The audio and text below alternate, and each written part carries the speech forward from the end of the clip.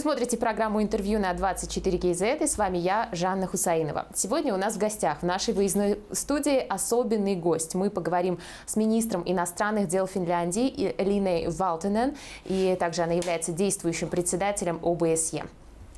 Thank you very much, Madam Minister, for agreeing to participate in our interview. It's a pleasure to talk to you today. And first of all, welcome to Kazakhstan, to Astana. Thank you so much, and thank you for having me. First of all, my first question is regarding your meeting with our President, Kassym-Jomart Tokayev, today. What can you tell us about the meeting, your dialogue, and probably key messages and your aim of visiting Kazakhstan as a Chairperson-in-Office of OSCE? Yes, our meeting centered very much on the OSCE and our cooperation within the organization, and I very much commended Kazakhstan's active role in not just in the operational work of the organization, but also in upholding the principles, the Helsinki principles, which essentially are at the core of everything what the OSCE does. And this year we will commemorate the 50 years since the original CSCE conference and the signing of the Helsinki Final Act. So that, and then of course we talked about the geopolitical situation and there also the bilateral ties between Finland and Kazakhstan, which are excellent. Thank you very much.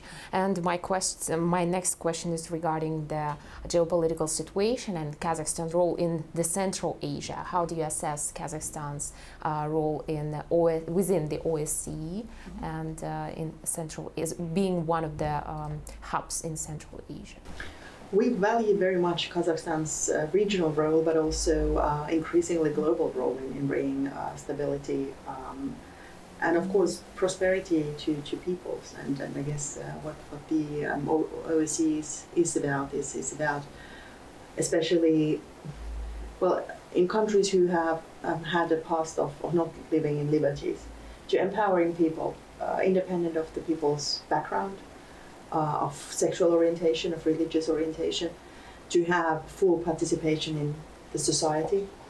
And this is essentially what we stand for, and this is also the Finnish model.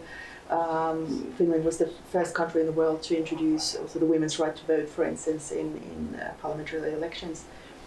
And more than 100 years ago we were one of the poorest countries in Europe, and now we are something different. And I think in many issues we look eye to eye with Kazakhstan, especially when it comes to the adherence to international law. You would need to have territorial integrity and sovereignty of each and every nation in order to be able to really build it. And in order to build a society on democratic values, you need trust. Trust in institutions, and you really need to be having each and every individual as the full enablers in their own life and in the society. So there were many things we talked about, and of course it has to be said that one of the reasons that the work of the OSCE has been hampered in the past years is that there's one participating state waging war against another. That is Russia. Russia's war against aggression is violating all 10 of Helsinki principles. We can't have that. And despite the challenges, of course, the principles are more important than ever, and I know that there's more adherence to the principles now, especially on the level of the people in all participating countries than there's ever been. And I think that's a very promising message. Exactly, I agree with you. And another question regarding how does the OSCE plan to balance its traditional security mandate with the evolving challenges of climate change, digital threats, disinformation in this time? It's a very good question because, of course, the concept of security is very comprehensive, and this is also a part of our chairpersonship this year, which is to bring focus to the comprehensive security concept, which means that it is not only about the borders, it is also the full ability to the civil society and people to participate in democratic decision making without interference, and especially without interference from behind the borders, from somewhere else, that there's full sovereignty, for the democratically elected people in power. And that also there's a full democratic transition, that if people are non-elected, that they accept also their loss. Many things. But hybrid threats, cyber threats, very much increasing, not just here in Central Asia, I can tell you also in Europe. We need to be strong together, and as the OSCE we work efficiently against those. Climate change, well, I guess best mitigated through awareness. Second thing, technological solutions. And this is of course the bilateral agenda as well, because Finland and Kazakhstan are doing a lot. Finland has many technologies which benefit also Kazakhstan, and the other way around. I mean, we need to be just doing so much more. Thank you. You already mentioned Finland and Kazakhstan and the relationship between these two countries. What are maybe future plans for the near 10 years for cooperation between these two between our countries? Well, let me mention a couple of fields. One is, and I think this is definitely something where we fully agree with the Kazakhstani president government, is that there needs to be focus on human capital. And again, I mean, Finland, we are now for the 8th year in a row the happiest country in the world, and one of the wealthiest also as well. And I told you where we started off with. So it didn't, I mean, Finland didn't have any raw materials. Okay, we had forest, right? But we didn't have any oil to sell and nothing. So basically what we have to do is focus on education and empowering each and every individual. So this is our message, and we're happy to help on that side. So basically on every level of education.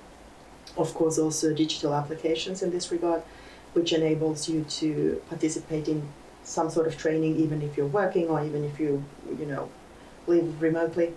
Also, for instance, artificial intelligence, that you can be, fully competent in that only a couple of months later, even if you have zero background on that.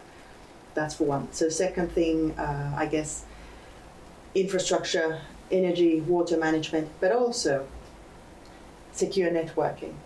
Nokia is one of the most famous, I guess, network providers in the world, but also a secure one, because it's not just for military applications, but also for civilian applications. We don't want people to, look into our data, right? So it starts with the infrastructure, which needs to be in order.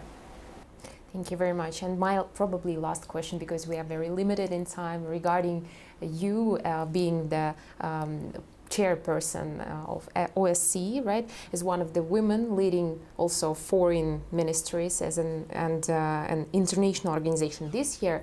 How do you view the importance of women's leadership in global diplomacy? I think women should have equal opportunity, just like men, to participate in diplomacy or basically any field of working life. And that is certainly how I have tried to live my life, and I have luckily had the opportunity to do so, and not to limit my dreams, so to say.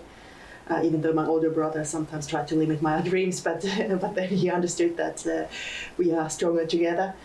I actually started off as a developer myself, so my background is in computer science, and I've done quite many things in my life. I've been lucky. But in politics, essentially, you really notice in which countries there's still, things that could be done. And it does not only concern the different sexes, but it really concerns also, all minorities, that everybody is given the right to basically define themselves and not accept that they will be put in some sort of a role which is defined from somewhere else. Thank you very much. Thank you again for being here with us, for taking time to participate in our interview. I wish you all the best and success in all your endeavors. Thank you again. Thank you so much. Это была программа интервью на 24 КЗ, и у нас в гостях была действующий председатель ОБСЕ, министр иностранных дел Финляндии Элина Valtonen. Всего доброго и до новых встреч!